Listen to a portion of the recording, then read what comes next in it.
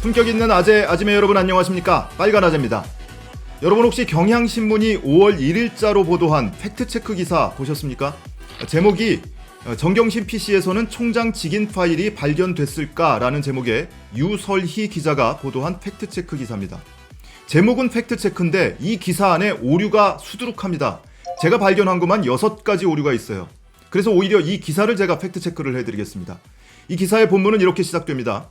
조국 전 법무부 장관 부인 정경심 동양대 교수의 연구실 PC에서 총장 직인 파일이 발견됐는지 여부가 논란이 되고 있다. 이렇게 시작을 하면서 공판 당시 검찰이 박 씨에게, 여기서 박 씨는 정경심 교수 공판에 증인으로 출석을 했던 동양대 교원 인사팀장 박모 씨를 얘기하는 겁니다.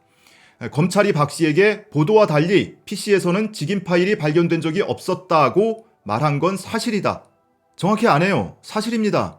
해당 보도는 최소한 오보고 조금 과격하게 표현하면 조작 또는 공작 의심까지 냄새가 나는 보도였습니다. 그런데 이 기자가 뭘 팩트체크한 걸까요? 그 본심이 뒤에서 나옵니다.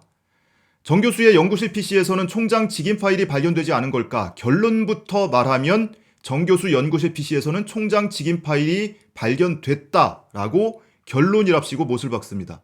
이 결론이 바로 오보입니다.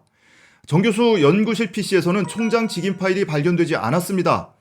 이 기자도 알고 있잖아요. 검찰이 스스로 법정에서 밝힌 내용이기도 합니다. 검찰이 그나마 나중에라도 총장 직인 파일이 나왔다라고 주장하고 있는 PC는 이 연구실 PC가 아니고요. 일주일 뒤에 임의 제출받은 이 강사 휴게실에서 사용하던 PC입니다. 이게 왜 중요하냐면 정 교수 연구실 PC는 정 교수 전용 PC겠죠. 정 교수가 썼을 거라고 생각하는 게 합리적입니다. 그런데 강사 휴게실에 보관돼 있던 PC는 모니터도 없고 키보드도 없이 전원도 빠진 채로 PC 본체만 2대가 먼지 쌓인 채 보관돼 있던 PC입니다. 그걸 누가 썼는지 알게 뭡니까? 이런 점에서 차이가 있는 거예요. 더 중요한 거는 이 PC가 언제 제출됐느냐 하는 겁니다. 이 기사에서도 관련된 문장이 나옵니다. 검찰이 공소사실에 적은 총장 직인 파일은 정 교수가 임의 제출한 PC가 아니라 SBS 보도 이후 동양대에서 임의 제출받은 PC에서 나온 것이다. 이게 핵심입니다. 이걸 왜 이렇게 눈치고 가죠? 기사에 그렇게 써 있잖아요. 보도 이후 동양대에서 임의 제출받은 PC에서 나온 것이다. 그런데 그 보도가 어떻게 가능했냐는 거예요. 어떻게 누구도 본 적이 없는 파일이 있다고 보도가 나왔냐는 겁니다. 자, 기사 계속 보시죠. 지난해 9월 3일 검찰은 정 교수의 자산관리인 김경록 씨의 자택을 압수수색하는 과정에서 김 씨에게 정 교수 PC의 하드디스크 세대를 임의 제출받았다. 이는 김 씨가 지난해 8월 31일 정 교수의 부탁을 받고 자신의 승용차 트렁크에 숨겨둔 것이었다. 이 짧은 문장에서 오류가 3가지나 발견이 됩니다. 9월 3일에 김경록 씨 자택을 압수수색하는 과정에서 임의 제출받았다고 했습니다. 9월 3일에는 김경록 씨 자택을 압수수색한 적이 없습니다. 9월 3일에는 동양대를 압수수색한 날입니다. 그리고 김경록 씨에게서 하드디스크 세대를 임의 제출받았다고 했습니다. 이날은 하드디스크 세대가 아니고요. 컴퓨터를 임의 제출받았고요. 하드디스크 세대는 그로부터 한참 뒤 9월 중순에 임의 제출받았습니다. 그리고 이 하드디스크 세대를 승용차 트렁크에 숨겨둔 것이었다고 했죠. 하드디스크는 헬스장 보관함에 보관 중이었다가 김경록 씨가 자진해서 임의 제출한 겁니다. 이런 식으로 하드디스크, PC 본체, 또 연구실, 강사 휴게실 구분 없이 막 섞어 쓰면서 사람들이 사리 판단을 할 수 없게 만드는 거예요. 자, 뒤에 이런 문장도 있습니다. 검찰은 SBS 보도 이후 일주일 뒤 동양대에서 임의 제출받은 연구실 PC에서 아들 표창장에서 오려낸 것으로 추정되는 총장 직인 파일을 발견했다. 연구실 PC 아니라고 말씀드렸죠. 강사 휴게실 PC입니다. 그리고 그 어떤 PC냐가 왜 중요한지는 앞서서 말씀을 충분히 드렸습니다. 자, 뒤에 문장입니다. 추가 기소 사건의 공소사실은 딸과 공모의 2013년 6월경 주거지에서 아들 상장을 스캔한 후 이미지 프로그램을 이용해 총장 직인 부분만을 캡처 프로그램으로 오려내는 방법으로 총장님 직인 제목의 파일을 만들었다. 이 같은 방법으로 만들어낸 총장 직인 캡처 이미지를 상장 서식에 붙여놓고 출력하는 방식으로 총장 직인을 임의로 날인했다로 구체적으로 바뀌었다. 이렇게 써 있습니다.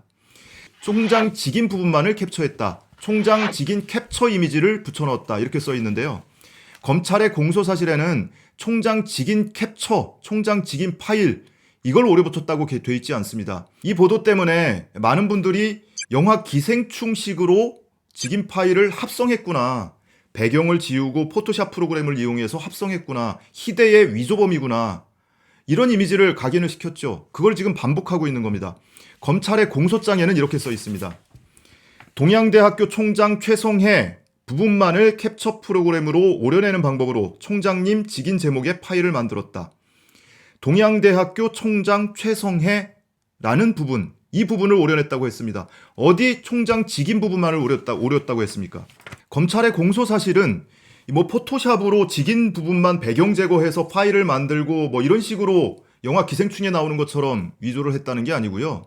그나마 누가 했을지 몰라도 이 상장 하단부에 동양대학교 총장 최성해라고 써있는 부분을 오려냈다는 겁니다. 그나마도 제3자가 무슨 목적으로인지 몰라도 그 파일을 만들었을 가능성이 지금 매우 높은 상황입니다. 자, 핵심은 9월 7일자 SBS 보도가 사실이냐 아니냐입니다. 정경심 교수 연구실 PC에서 총장 직인 파일이 나왔냐 아니냐예요. 이거는 사실이 아니라는 것을 변호인은 물론이고 검찰도 법정에서 스스로 인정을 했습니다. 그리고 당일 PC에 포렌식해서 나온 증거 목록을 보더라도 그런 파일은 존재하지 않아요. 그런데 무슨 의도로 도대체 이런 기사를 쓴 걸까요? 이 기자라면 단순한 오보를 뛰어넘어서 검찰이 개입한 조작 또는 공작의 가능성은 없는지 그걸 한번 살펴보는 게 기자의 본분일 겁니다. 뭐가 팩트고 뭘 체크한 겁니까?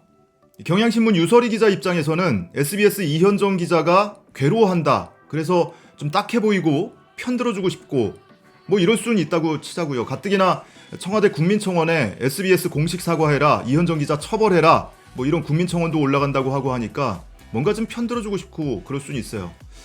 자, 그러면 이렇게 오류 투성이인 기사 이렇게 쏟아낼 게 아니고요. 말도 안 되는 기사 팩트체크랍시고 보도할 게 아니고 조용히 이현정 기자 불러내서 그냥 술이나 한 잔 사주든지요.